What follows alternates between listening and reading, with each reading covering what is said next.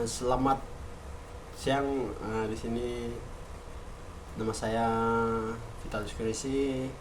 Saya dari kelas reguler A Pendidikan Sejarah. Di sini saya akan membahas terkait dengan anak lebah, ya, perbandingan anak lebah yang dibagikan oleh seorang profesor atau seorang ahli yang bernama Ayah Edi, ya, dengan tema, ya, bagaimana caranya anak-anak di zaman sekarang ini sukses di kehidupan. Mengapa banyak orang pintar susah untuk sukses di kehidupan, ya? Padahal belajar di sekolah yang terbaik, bahkan sudah menjadi lulusan terbaik, ya, dengan predikat terbaik, ya. Malah orang itu lulus dengan predikat terbaik, namun di kehidupan nyata mereka tidak mendapatkan pekerjaan yang sesuai dengan apa yang mereka dapatkan di pendidikan, ya. Malah orang yang biasa-biasa saja di pendidikan itu yang justru mereka mendapatkan, ya, pekerjaan di kehidupan yang lebih baik, begitu. Bahkan orang biasa-biasa di pendidikan, di kampus atau di sekolah, nah, itu yang mereka itu yang memimpin perusahaan, bisa memimpin untuk berbisnis dan segala macam, ya. Dunia anak-anak itu memang bagaimana, ya? Kalau kita bicara ke dunia anak-anak itu, dunia anak-anak mengasihkan, ya. Kita harus lebih mengerti anak-anak, ya, karena kita itu pernah menjadi mereka, begitu. Nah, jadi perbandingan anak-anak manusia dengan anak lebah, ya. Anak manusia itu kadang terletak dengan bukan terletak tapi tertekan dengan tekanan orang. Namun di balik itu nyatanya orang tua juga ditekan sama sistem yang ada, gitu. Jadi katanya itu anak-anak di zaman sekarang itu ditekan sama sistem daripada orang tua, ya, sistem orang tua. Sementara anak-anak itu mereka mau mengubah diri, apa yang mereka suka itu ada, gitu. Ada, tapi sistem daripada kehidupan ini menekan untuk hidup, makanya kan hidup lebih mandiri, lebih keras lah. Itu justru itu orang tua menekan mereka sehingga mengapa apa yang bakat mereka yang ada di dalam, ya, inborn talent, ya, inborn talent, kata ayah itu inborn talent yang ada dalam diri mereka itu terkubur karena ada pemaksaan daripada sistem, daripada tekanan orang tua di keluarga, gitu. Sebenarnya kalau semenjak anak-anak kecil itu katanya kalau misalkanlah anak-anak kalau sudah pegang kamera itu jangan melarang mereka untuk pegang kamera, jangan paksa mereka untuk belajar. Biarkan mereka, karena kita tidak tahu nanti apa yang mereka suka itu yang akan mereka mana tahu itu bakat mereka, gitu. Kadang orang tua katanya zaman sekarang itu memaksa mereka, membatasi mereka untuk fokusnya belajar, konsistennya untuk belajar, ya. Malah itu justru sistem pendidikan, ya, sistem pendidikan di sekolah itu kadang itu merampas bakat anak-anak, ya. Karena anak-anak dipaksa untuk belajar, dibatasi apa yang mereka suka, begitu. Apa yang mereka suka dibatasi oleh sistem sekolah. Memang ada sekolah sebagian yang memang mengutamakan bakat, gitu. Tapi di zaman sekarang itu katanya sistem sekolah sudah membatasi atau merampas hak, ya, hak atau bakat-bakat yang dimiliki anak-anak zaman sekarang, begitu. Kalau perbandingannya dengan anak lebah, ya, Ayah Edi juga sudah membandingkan dengan anak lebah dan anak manusia. Anak lebah itu semenjak dilahirkan katanya tidak pernah tidak pernah dididik, tidak pernah bersekolah yang baik, tidak pernah bersekolah. Tapi kenapa setelah dia tumbuh dewasa, dia bisa bisa memimpin, ya? Kan ada itu berbagai anak lebah kan, bahkan mereka bisa membagi tugas, ya? tanpa bersekolah mereka sudah bisa memimpin gitu, bisa berbagi tugas. Ada yang ambil serbuk sari, ada yang bisa menjaga sarangnya, ya, ada lagi yang bisa menjaga air atau segala macam lagi. Mereka menjadi pimpin, tidak. Makanya bagaimana gitu, anak manusia dengan anak lebah ini perbandingan sangat jauh begitu. Sebenarnya anak spesialnya yang mana sih gitu? Anak manusia ini sudah lebih sempurna lah daripada makhluk-makhluk yang ada sekarang. Mengapa si lebah ini yang kayak lebih pintar gitu? Itu yang ayah Edi bagikan. Itu bahkan anak lebah setelah tumbuh, ya, ini perbandingan anak lebah dengan wasidah. Setelah tumbuh anak lebah, mereka itu bisa menjadi arsitek yang hebat tanpa bersekolah, ya. Bisa menjadi arsitek yang hebat tanpa bersekolah. Mereka membuat sarangnya tanpa bersekolah. Mereka membuat sarang bentuk heksagonal, ya, dari kiri ke kanan, sama ukurannya, sama, tidak ada, hanya ukurannya sama, tengah-tengah gitu. Makanya tidak ada tidak ada sedikit pun yang salah gitu. Malah perbandingannya yang manusia, kadang masa anak lebah itu yang tidak mempunyai akal sehat saja bisa membuat itu secerdas itu gitu. Itu yang ayah ini bagikan. Jadi mengapa, ya, mereka menggunakannya bentuk sarangnya itu heksagonal? Ternyata, ya, diukur apabila kita punya tanah, ya, yang tanah atau bangunan yang digunakan, ya, untuk menyimpan sesuatu itu yang lebih pas itu ternyata bentuk heksagonal, segi 6. Ya, gitu. Tapi pertanyaannya, dari manakah kepintaran anak-anak lebah ini berasal? Setelah diteliti lebih jauh oleh ahli genetika, ternyata kepintarannya sudah ada, ya.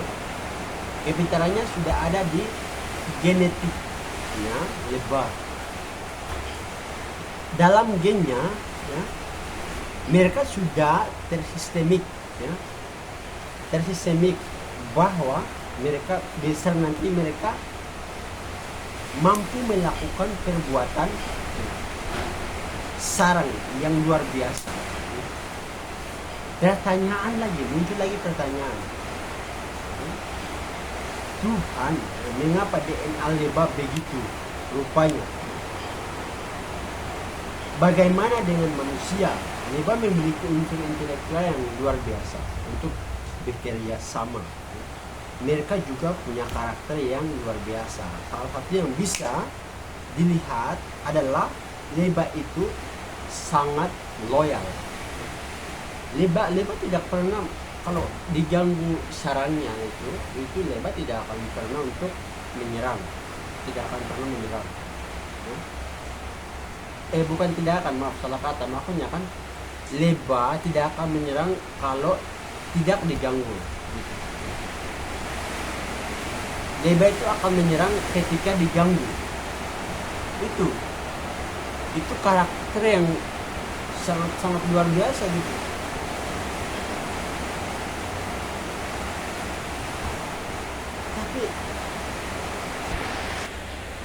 Tapi Tapi ya, setelah diteliti lagi, lebat juga punya DNA. Jadi struktur terkecil manusia yang lebat itu adalah sel, ya. Sel yang bentuknya bulat, hanya bisa dilihat melalui kaca mikroskop, ya, kaca mikroskop. Ya.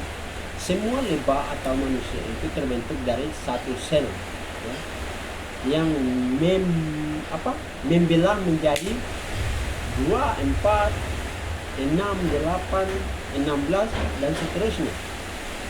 Ya. Hanya pada saat pembelahan tadi masing-masing sel yang berpencar membentuk fungsinya masing-masing. Ada yang menjadi mata, ada yang menjadi mulut, ada yang menjadi kepala, ada yang menjadi kaki, ya. Ada yang menjadi telinga. Kenapa bisa begitu? Karena di dalam sel tadi itu terdapat DNA tadi, DNA.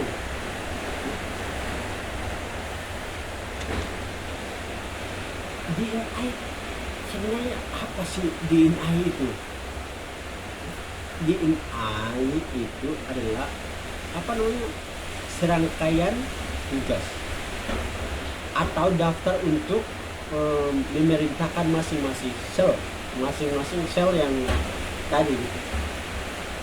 Nanti kamu jadi ini, itu dan lainnya sampai sedetail sampai detail. Sampai nanti punya kehebatan. Ya. Nanti bagaimana? Pertanyaan lagi. Struktur dalam kehidupan ini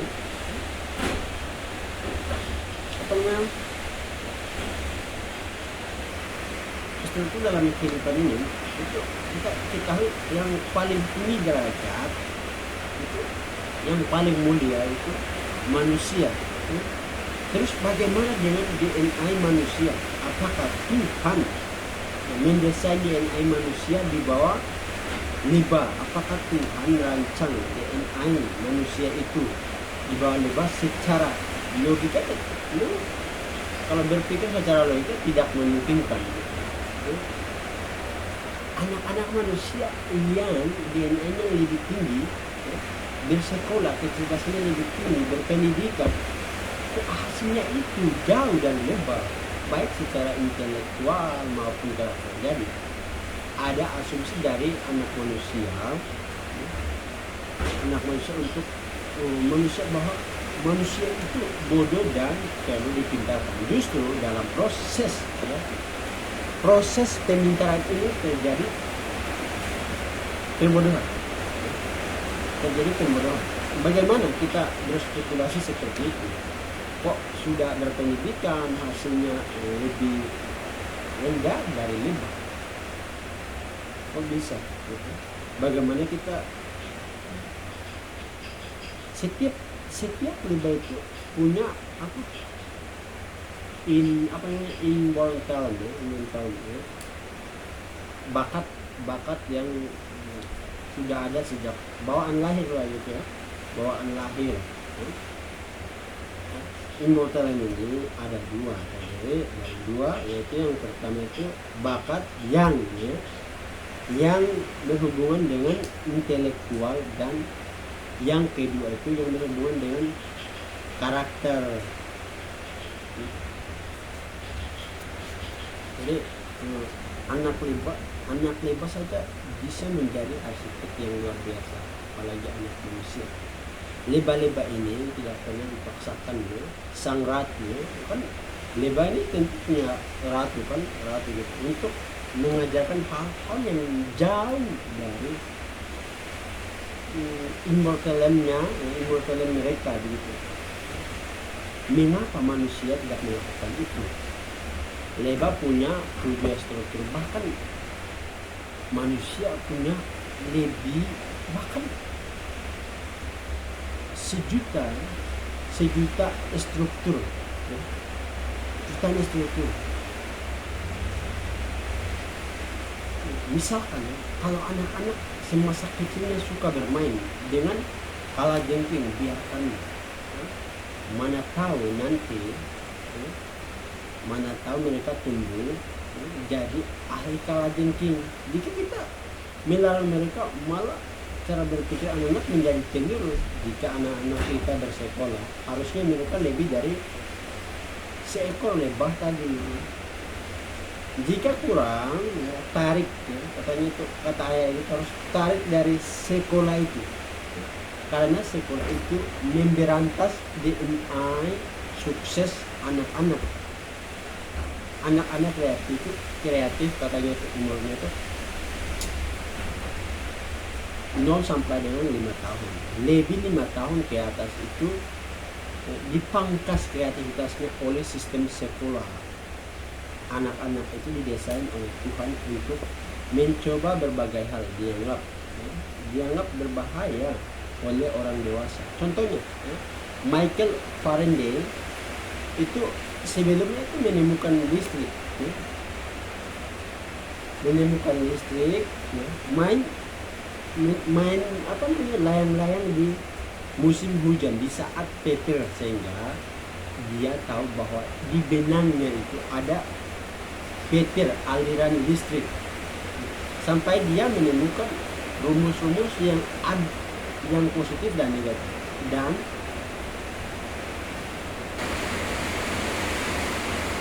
itu memang itu hal yang Michael Faraday yang dia lakukan hal yang berbahaya. Bayangkan orang tuanya melarang melakukannya.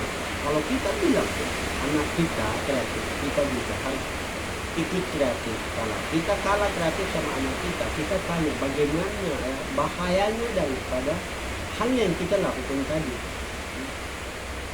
Setelah lama-lama anak kita tumbuh dan menikah, itu mereka akan tumbuh dengan bakat alaminya sendiri. Paradigma orang tua, katanya kata ayah itu, paradigma orang tua itu harus berubah. Tidak semua anak-anak bisa melakukan sesuatu dengan baik, dengan efektif, sempurna. Karena Tuhan sudah memberikan DNA tadi masing-masing. DNA anak-anak itu katanya terampas dengan itu bahasa sains. Kalau bahasa manusia itu, bahasa awam sekarang itu perintah Tuhan. Jadi apa yang menjadi tugas daripada kita? Yang pertama, mengubah paradigma pendidikan, cara pandang, cara berpikir dalam pendidikan. Mengetahui kesukaan anak-anak kita di mana, mengarahkan mereka ke sana. Jangan apa yang kita ikutkan mereka dalam sistem pendidikan yang memang tersistemik gitu.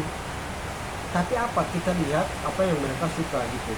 Kalau anak-anak itu suka bermain game, ya itu harus, memang kalau bermain game memang harus perlu dipertanyakan apakah anak ini akan merancang game di masa depan, atau ini hanya untuk menghilangkan rasa lelahnya karena banyak tugas di sekolah sebagai pelampiasan. Sekarang katanya orang tua harus peka, bagaimana anak-anak itu bisa diarahkan sesuai dengan bakat atau ilmu talent yang mereka miliki sejak lahir. Tidak boleh dipaksakan ya. Memang kalau anak-anak kita mampu, itu perbandingan ya, dengan lebah tadi, anak lebah. Anak lebah tidak pernah dipaksakan untuk belajar. Ratunya membiarkan mereka, membebaskan mereka untuk melakukan sesuka-suka mereka, apa yang mereka inginkan lakukan. Tapi apa setelah mereka tumbuh dewasa, mereka terpilih. Mereka bisa menjadi arsitektur yang hebat. Mengapa tidak dengan manusia? Itu yang menjadi pertanyaan. Jadi orang tua itu tidak boleh membatasi apa yang menjadi bakat daripada anak-anak. Terima kasih. Itu yang menjadi cerita yang bisa saya resum dari anak lebah, cerita daripada Ayah Edi di Strong from Home.